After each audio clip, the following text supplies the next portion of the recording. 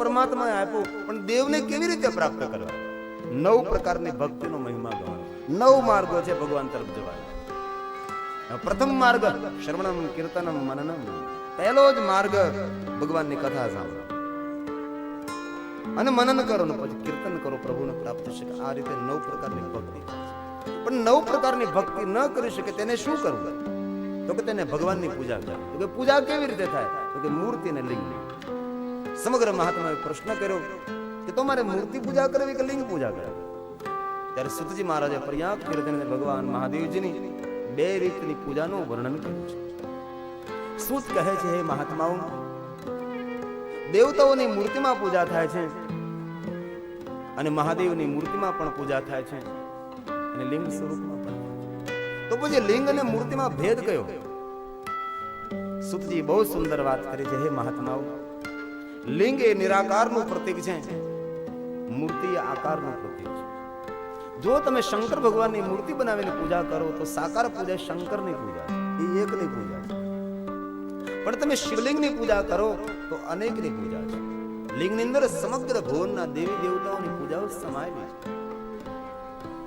કોઈ પણ દેવના દેવીની મૂર્તિ બનાવો, એકની પૂજા છે. બ્રહ્માની મૂર્તિ બનાવી, બ્રહ્માની પૂજા. વિષ્ણુની મૂર્તિ બનાવી, વિષ્ણુની પૂજા. શંકર ભગવાનની મૂર્તિ બનાવી, તેની પૂજા તો એકની પૂજા છે.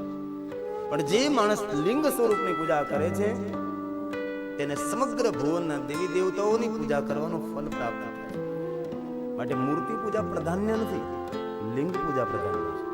શિવ બહુ સુંદર વાત કરી. લિંગ પ્રાધાન્યતા સ્થાપ્યમ. જે સ્થાન પર ભગવાન મહાદેવની લિંગની સ્થાપના કરી છે તે પ્રાધાન્ય છે. બેરમ તો ગૌણકમ. બેરનો અર્થ છે મૂર્તિ. જ્યાં મૂર્તિ પ્રતિષ્ઠિત કરી છે તેના ગૌણ સમજવું, સામાન્ય સમજવું. લિંગા ભાવેન તત્ક્ષત્રમ. જે સ્થાન પર ભગવાન મહાદેવજીનું લિંગ સ્વરૂપ છે ત્યાં સમગ્ર તીર્થો નિવાસ કરે છે. જે માણસ શિવલિંગની પૂજા કરે છે તે માણસને સમગ્ર દેવતાઓ, સમગ્ર દેવી, સમગ્ર તીર્થો, સમગ્ર ગ્રહ, નક્ષત્ર અને બધી પૂજા કરવાનું પુણ્ય પ્રાપ્ત થાય. એક જ શિવલિંગની પૂજા કરવા માત્રથી સમગ્ર ભુવનની પૂજા થાય. કારણ કે લિંગ એ સમગ્ર ભૂમંડળનું એક પ્રતીક છે. શિવપણમાં તો ત્યાં સુધી કહ્યું કે જે કોઈ માણસ શિવલિંગની પૂજા કરે છે તેની પૂજા પણ શિવલિંગની અંદર થઈ રહી છે.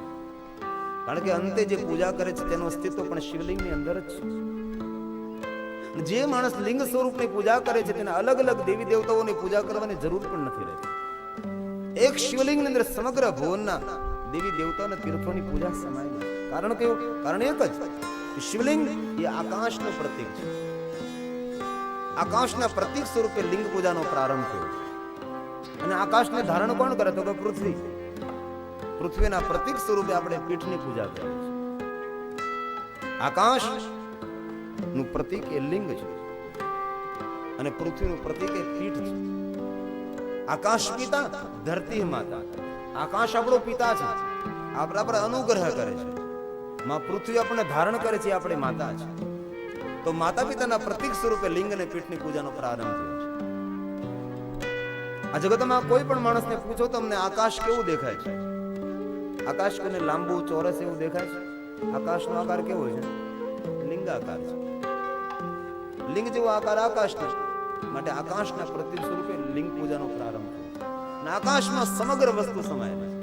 તારા, નક્ષત્ર, સૂર્ય, ચંદ્ર, તીર્થો, દેવી દેવતાઓ, સમગ્ર ભુવનો આકાશમાં સમાયેલા છે.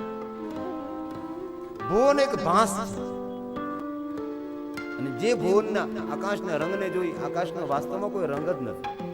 આકાશનો કોઈ અંત પણ નથી, કોઈ સ્થિતિ જ નથી. આપણે દ્રષ્ટિ અટકી જાય તેને સ્થિતિ જ કહીએ છીએ આપણે. જ્યાં લાગે કે પૃથ્વી અને આકાશ ભેગા થઈ ગયા છે, ખરેખર આકાશ ને પૃથ્વી ત્યાં ભેગા નથી થયા, પણ આપણો ભ્રમ છે જેને આપણે સ્થિતિ જ કહીએ છીએ. આકાશનો કોઈ રંગ નથી પણ આપણી દ્રષ્ટિનો ભ્રમ છે. માટે આકાશ આપણને બ્લુ કલરનું દેખાય છે, ભાસે છે, બાકી કોઈ રંગ, ખાલી જગ્યા ઇતિ આકાશ.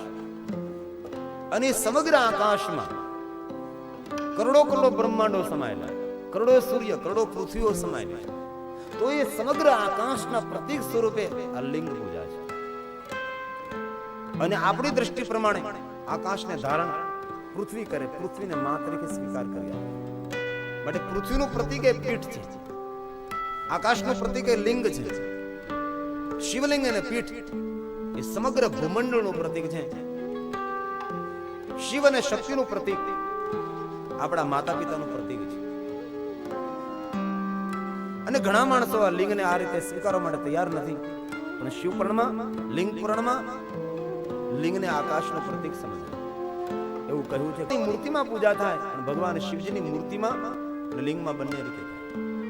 કારણ કે ભગવાન શિવ નિરાકાર પણ છે અને ભગવાન શિવ તો આકાર પણ છે. સમગ્ર દેવતાઓ એ જીવત્વ છે અને ભગવાન શંકર એ બ્રહ્મત્વ છે. સમગ્ર દેવતાઓ જીવત્વ હોવાને કારણે તેની મૂર્તિમાં પૂજા થાય છે, પણ ભગવાન શંકર બ્રહ્મત્વ હોવાને નાતે તેની લિંગમાં પૂજા થાય છે. દરેક દેવતાઓને બ્રહ્મત્વ નથી કહેવાતા, દેવતાઓને જીવત્વ કહેવાય છે, ભગવાન શિવને બ્રહ્મત્વ કહેવાય છે. આવી વ્યાખ્યા શિવ મહાપુરાણની અંદર સુંદર રીતે વર્ણવેલી કરી છે. તો માનવે પોતાના જીવનને સુખી બનાવવો હોય તો કોઈ પણ સંપ્રદાયમાં જકડાયેલો, પકડાયેલો, પુરાયેલો હોય, પણ સંપ્રદાયની ધડતાને છોડીને શિવલિંગની પૂજા પ્રધાનને સમજે. ભગવાન સ્વામિનારાયણે પણ શિક્ષાપત્રીમાં કહ્યું કે કોઈ પણ મારી સાધના, મારી ઉપાસના, મારો આશ્રિત બને તો તેને શિવની પૂજા તો કરવી છે. પંચદેવ પૂજ્યતે સર્વ કાર્ય સિદ્ધ અર્થે, પાંચ દેવની પૂજા જો પહેલા કરશે તો બધા કાર્યો તેના સફળ થશે. ભગવાન સ્વામિનારાયણે કયા પાંચ દેવતાઓનો તિરસ્કાર કરવાની વાત નથી કરી. પાંચ દેવતાઓ કયા? તો કે ભગવાન ગણેશ, ભગવાન શિવ, મા અંબા, સૂર્ય અને વિષ્ણુ. પાંચ દેવતાઓ, દેવીની ઉપાસના કરવાની ના નથી કહી ભગવાન સ્વામિનારાયણ. પાંચ દેવતાઓમાં શક્તિની પ્રધાનતા છે. જે મને આશ્રિત થાય એ પાંચ દેવની પૂજાને ન છોડે તેવું કર્યું. પણ પછી જડતા ઊભી થાય ને પછી તો આની કઈ ગણપતિની જરૂર નથી, ને શંકરની કઈ જરૂર નથી, ને વિષ્ણુની કઈ જરૂર નથી. આ એક એ તો આપણી જડતા અને મૂર્ખતાનું પ્રતીક છે. જે સંપ્રદાયમાં, જે ધર્મમાં પાંચ દેવતાઓની પૂજા ન હોય, ધર્મ ન હોય, સંપ્રદાય ન હોય, આડંબર હોઈ શકે છે, એ જડતા હોઈ શકે છે. અરે ભગવાન સ્વામિનારાયણ શિક્ષાપત્રીમાં ત્યાં સુધી કહ્યું કે કોઈ પણ બ્રાહ્મણ મારો આશ્રિત બને તો એ બ્રાહ્મણે પોતાના ભસ્મના ત્રિપુરનો ત્યાગ નહીં કરે. ભગવાન સ્વામિનારાયણ મૂળ શિક્ષાપત્રીમાં, પછી યુગ સંમત બદલી ગયું શિક્ષાપત્રી, પછી બદલી જાય, આમાં બીજી પ્રિન્ટ થઈ જાય. કોઈ પણ બ્રાહ્મણ મારો આશ્રિત થાય તો તેને રુદ્રાક્ષનો ત્યાગ ન કરો. કોઈ પણ બ્રાહ્મણ મારો આશ્રિત થાય તો શિવ મંત્રનો ત્યાગ ન કરો, કારણ કે બ્રાહ્મણનો ઈષ્ટદેવ મહાદેવ છે. અને કોઈ પણ માનવ મારો આશ્રિત થાય તો તેના ઈષ્ટ મંત્ર અને ઈષ્ટદેવનો ત્યાગ ન કરો, આવું કહ્યું છે મૂળ શિક્ષાપત્રીમાં. અરે ભગવાને જે કહ્યું છે, અને જે માણસ જીવનમાં એકવાર ભગવાન સ્વામિનારાયણને લખેલી શિક્ષાપત્રી જીવનમાં ઉતારે એ દુનિયાના કોઈ ક્ષેત્રમાં પાછો ન પડે, દુનિયાના આસમાનના તારાઓ તોડી શકે એવી વાતો શિક્ષાપત્રીમાં ભગવાને કહી. પણ પછી ઊંધી રીતે, પછી ઊંધું સમજીએ, એ તો જડતા સમાજમાં ઊભી થઈ. પંચદેવ પૂજ્યત સર્વ કાર્ય સિદ્ધ, શંકર ભગવાનની પૂજા પહેલા કરી. અરે સર્જન માસ્ટર કર્નલ ટર્ડ નામના બે ઇતિહાસકારો થયા, તેને તો સંશોધન કરીને કહ્યું છે કે આ પૃથ્વી પર એક પણ દેવી દેવતાઓની પૂજા ન થતી હતી એ પહેલા શંકર ભગવાનની લિંગ સ્વરૂપની પૂજા થતી. અરે ત્યાં સુધી લખી નાખ્યું કે મોહમ્મદ પૈગંબર સાહેબનું અવતરણ નથી હોતું એ પહેલા ઇસ્લામ લોકો પણ લાત નામે શિવલિંગની પૂજા કરતા. અને મોહમ્મદ પૈગંબર સાહેબનું અવતરણ થયા પછી કુરાનમાંથી કુરાન બન્યું અને સમાજના મોટા બે વિભાજન થયા. આપણે ઉગતા સૂર્યને માને તે આથમતા ન માને. આપણે મૂછ રાખીએ તે લોકો દાઢી રાખે, મૂછ નહીં રાખે. બધું ઉલટી દિશા. આપણે આંખી વાંચી તે લોકો ઊંધું વાંચે. ઇતિહાસકારોએ જાહેર કર્યું કે દેશ અને પ્રદેશનો સમગ્ર પૃથ્વીનો અભ્યાસ કર્યા પછી અમે લખીએ છીએ કે કરોડોમાં કરોડો વર્ષો જૂના જો અમને અવશેષો મળ્યા હોય તો શિવજીના મળ્યા છે. કરોડોમાં કરોડો વર્ષો જૂના મંદિરો જો અમને મળ્યા હોય તો ભગવાન શિવજીના મળ્યા છે. શિવલિંગો ભારત દેશમાં છે એટલું નહીં, સમગ્ર દુનિયાના દેશોમાં શિવલિંગો આવેલા છે. ઇતિહાસકારોએ સંશોધનને જાહેર કર્યું કે જ્યારે આ પૃથ્વી પર કોઈ અવતારવાદ નહીં હતો એ પહેલા માનવ માત્ર શિવની નિરાકાર સ્વરૂપની પૂજા કરતા હતા. અને અવતારવાદ થયો અને અવતારના અનેક વિભાજન થયા અને અવતારમાં સંપ્રદાયોની સ્થાપના થઈ અને સંપ્રદાયના ધર્મગુરુની જડતાને કારણે મૂળ વસ્તુને ભૂલાવી દેવામાં આવી. અને આપણું તો કેટલું મોટું દુર્ભાગ્ય છે. 20,000 થી વધારે સંપ્રદાયો આપણી પાસે, 20,000 થી વધારે, 20,000 થોડી પ્રજા 20,000 વિભાગમાં વહેંચાયેલી છે.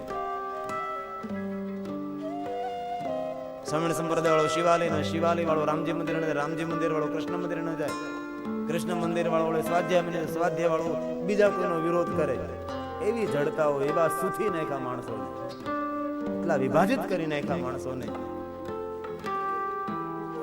અને મૂળ આપણા ગામડામાં જોવો તો કેટલા મંદિરો હતા, એક શિવાલય ને એક રામજી મંદિર, બાકી હતું શું? અને રામજીની સાથે કૃષ્ણ લાલો વિરાજતો હોય, લહેર કરતો હોય. અને સંપ્રદાયના ધર્મગુરુ જેમ જેમ આવતા ગયા તેમ તેમ મંદિરો વધતા ગયા, સમાજના વિભાજન થયા, સમાજની એકતા હતી, સમાજની જે અખંડિતતા હતી એ બધી તૂટી આવી, સમાજ વિભાજિત થયો. અને શિવ એ સમાજની એકતાનું પ્રતીક છે.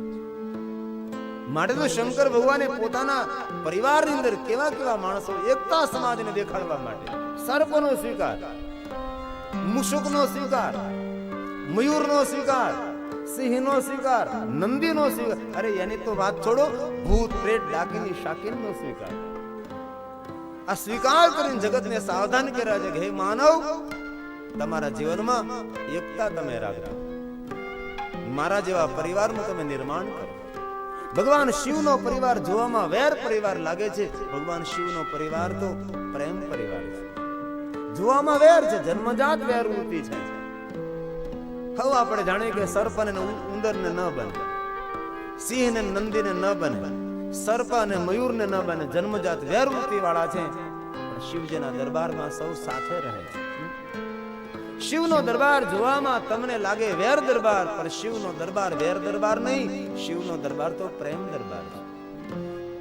પ્રેમની વ્યાખ્યા શીખવી હોય તો શિવજીને સમજવા પડે, ત્યારે પ્રેમની વ્યાખ્યા શીખી શકાય છે. અને જ્યાં પ્રેમનું સામ્રાજ્ય છે ત્યાં સ્વર્ગ છે, બાકી જ્યાં વેરનું સામ્રાજ્ય છે ત્યાં તો નર્ક છે. જે ગામમાં, જે મહોલ્લામાં, જે પરિવારમાં, જે સમાજમાં, જે નગરમાં વેરનું સામ્રાજ્ય હોય છે એ ગામ નરક સમાન કહેવાય. એટલે જંગવળની વાત નથી કરતો.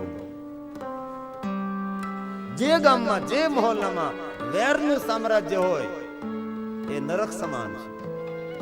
પણ જે મહોલ્લામાં, જે ગામમાં, જે નગરમાં પ્રેમનું સામ્રાજ્ય હોય એ ગામ જ સ્વર્ગ છે. પ્રેમથી જગતની સુંદરતા ઊભી થાય છે, નહીં કે વેરથી. ભગવાન શિવે આ જગતને એક સંદેશ આપ્યો છે કે આવા બધાને હું સાથે લઈને ફરું છું, મારા પરિવારમાં સાથે રાખું છું. અને આપણે અમુક કોમના માણસોને તિરસ્કાર કરી દઈ, તેને ધક્કો માર દઈ, તો એ માણસોનું અપમાન નથી, એ તો શિવજીનું અપમાન છે. શિવનો અર્થ કલ્યાણ છે. જેની દ્રષ્ટિમાં, જેના હૃદયમાં, જેના ભાવમાં, જેના દિમાગમાં, જેના જીવનમાં કલ્યાણની જે ભાવના રહેલી હોય એ જ સાક્ષાત શિવ સ્વરૂપ છે. બાકી મેન તમે ક્યાં શિવને જોયો છે? જેની દ્રષ્ટિમાં, જેના હૃદયમાં, જેના ભાવમાં, જેના દિમાગમાં, જેના જીવનમાં વિશ્વ અને જીવ માત્ર પ્રત્યેની કલ્યાણની ભાવનાઓ પડી હોય છે એને જ શિવ સ્વરૂપ કહેવામાં આવે છે. શિવનો અર્થ કલ્યાણ થાય છે. અને એ જ ગામ ધન્ય છે જે ગામની અંદર કલ્યાણની ભાવનાઓ પડી હોય છે, જે નગરની અંદર વિશ્વ કલ્યાણની ભાવનાઓ પડી હોય છે, જે નગરમાં પ્રેમનું સામ્રાજ્ય હોય છે એ જ સ્વર્ગ સમાન નરક, સ્વર્ગ સમાન તે નગર છે. ગામની અંદર, નગરની અંદર કોઈ વેરવૃત્તિ પ્રગટ ન થાય તેનું ગામ, તેનું ધ્યાન નગરના મોભી માણસોએ રાખવું જોઈએ. નગરના પ્રતિષ્ઠિત માણસોને ગામને અખંડિત રાખવું જોઈએ. ગામને સલામત રાખવા માટે ગામની એકતા હોવી જોઈએ. અને કલિયુગની કોઈ મોટામાં મોટી શક્તિ હોય તો એકતા છે. આ તો બે બાધેમાં ત્રીજો ભાવી જાય. એવું ન થાય તેથી ગામના સારા માણસે, ગામના ડાયા માણસે ખૂબ ધ્યાન આપવું. ગામનો, નગરનો કચડાયોમાં કચડાયો નાનામાં નાના વ્યક્તિનું પણ સન્માન થાય. ગામના મોટામાં મોટા માણસનું માન સન્માન જળવાઈ રહે એની કાળજી નગરના બુદ્ધિજીવી સજ્જન માણસોએ રાખવી જોઈએ. ભગવાન શિવજીનું જીવન એ સમાજને એક સંદેશ છે. ભગવાન શિવનું જીવન ચરિત્ર એ સંદેશ. જેમનો પરિવાર જોવામાં વેર પરિવાર, ભગવાન શિવનો પરિવાર વેર પરિવાર નથી, બાબાનો પરિવાર તો પ્રેમ પરિવાર છે.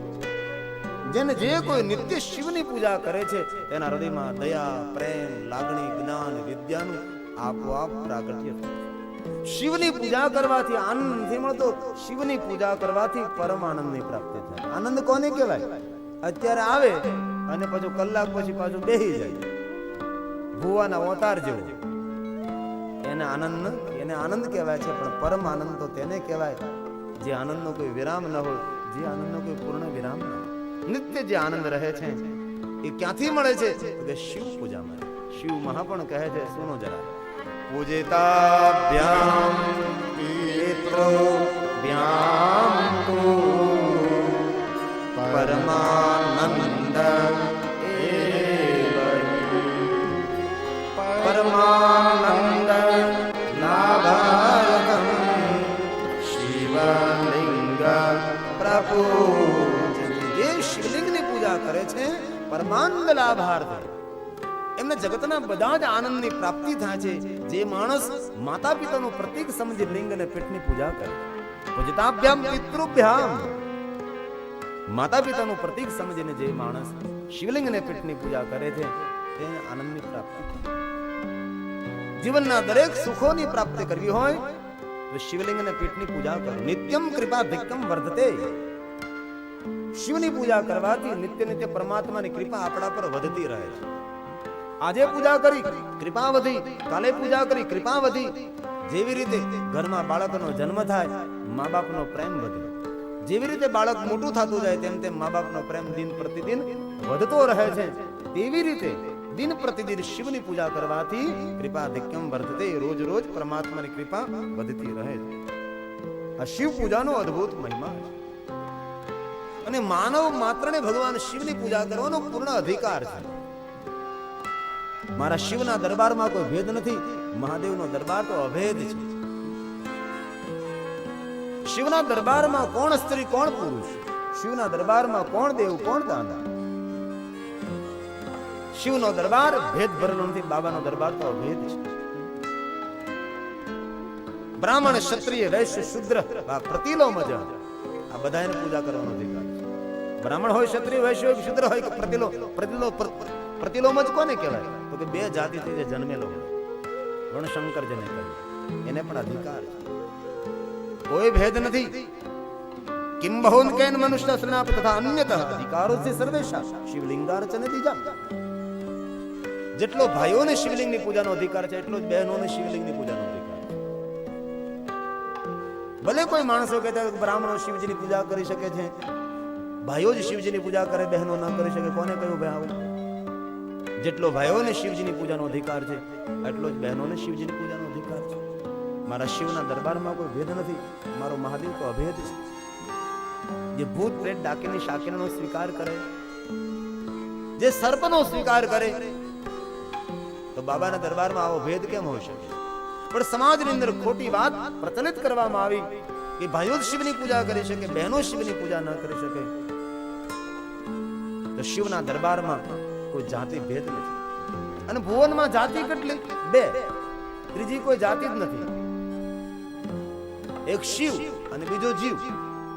માયાના બંધનમાં જે બંધાય તેને જીવ કહ્યું, માયાના બંધનોથી મુક્ત રહે તેને ભગવાન શિવ કહેવાય. જે માયાને આશ્રિત રહે છે તેને જીવ કહેવાય, માયા જેને આશ્રિત રહે તેને ભગવાન શિવ કહેવાય. શિવ અને જીવની આ સૃષ્ટિ છે. બાકી જીવની કોઈ જાતિ છે? આ પુરુષનો જીવ, આ સ્ત્રીનો જીવ, આ પશુનો જીવ, આ પક્ષીનો જીવ. જીવ તો જીવ છે. આ ભેદ છૂટે ને તો અભેદની પ્રાપ્તિ થાય. બાકી આ ભેદ છોડવું બહુ કઠિન છે. માટે મારી ગંગા સતીએ કહ્યું, સજાતી વિજાતી જુગતી કરાઉને દેવે મારે કૌતી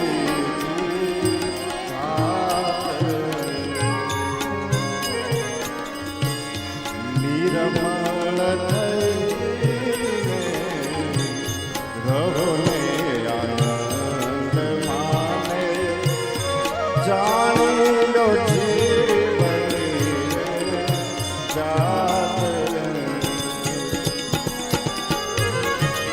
જાતિ વિજાતને જુગતી બતાવું સજાતી વિધાતી જુગતી બતાવું જીવે પાડે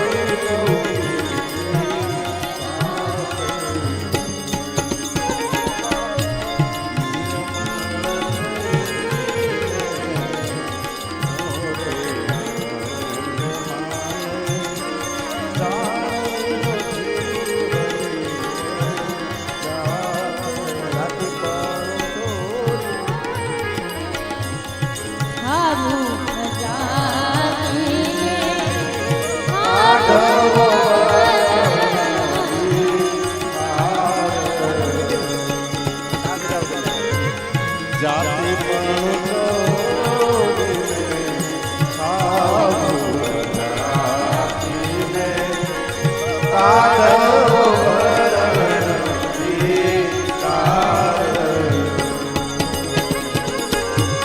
જાતિને પાતી નહીં હરિના દેશમાં જાતિને પાતી કેવું ખરાબ લાગે છે તમને કાંઈ નથી સમજાતું દરરોજ કેમ તમે સેટિંગ નથી કરો ચાલ કેટલું સરસ હતું પડઘા પડે એમ નહીં હરખું આમ અમને ચોખ્ખું સમજાવું છે નજર પડી તો કાળો દોરો બાંધે